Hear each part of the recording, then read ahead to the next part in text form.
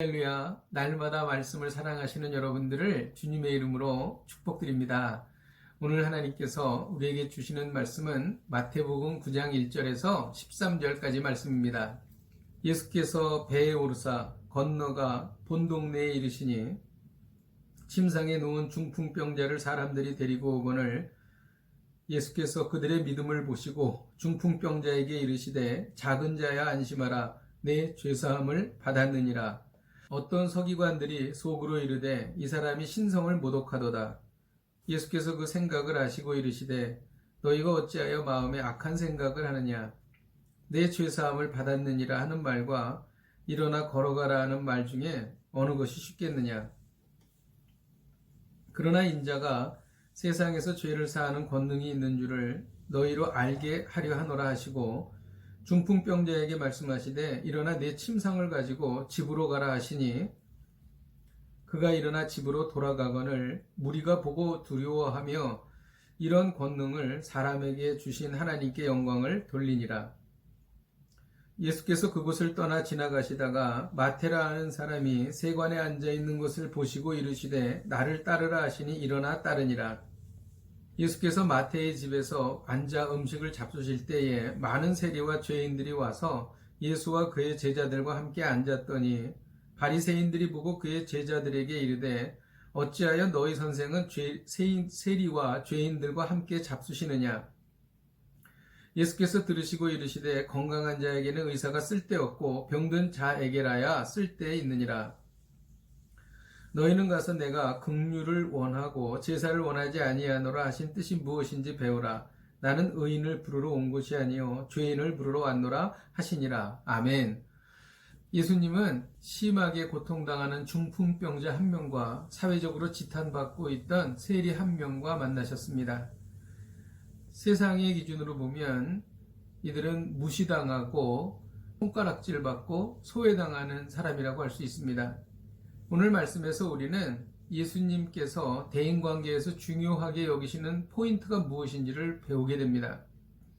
그것은 인간의 죄의 문제였습니다. 사람들은 침상에 누운 중풍병자를 예수님께 데리고 나왔습니다.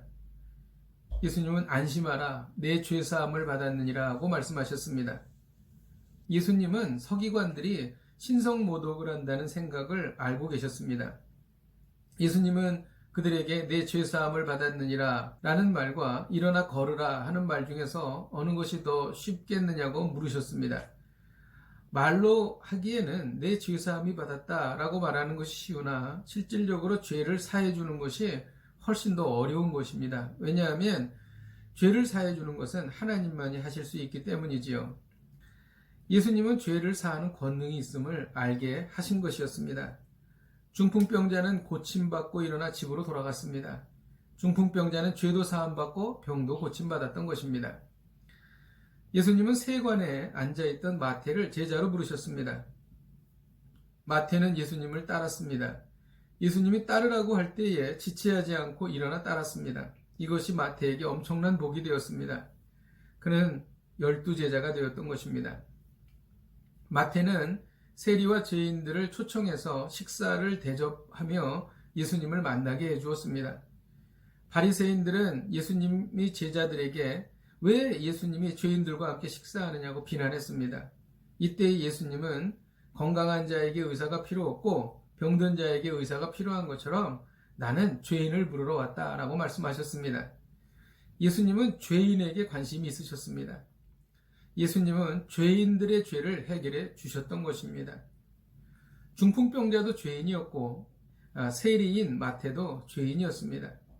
남에게 손가락질 받는 사람에게 관심을 가집시다. 소외당하는 사람에게 관심을 가집시다. 남에게 정죄당하고 외로운 사람에게 관심을 가지십시다. 그리고 그분들에게 예수님을 소개하십시다. 예수님은 인간의 모든 죄 문제를 해결해 주십니다.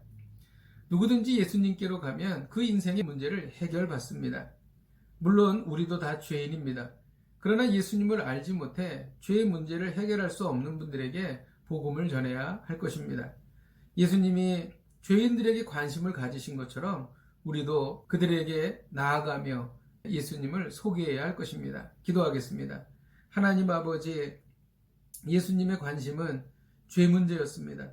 그리고 그 죄 문제를 해결해 주셨습니다. 하나님, 우리가 이 죄 문제에 관심을 갖고 특별히 주변에 죄에 빠진 사람들에게 예수님을 소개하는 복된 인생이 되게 하여 주옵소서. 예수님의 이름으로 기도하였습니다. 아멘. 할렐루야. 오늘도 이 말씀 붙잡고 승리하십시오.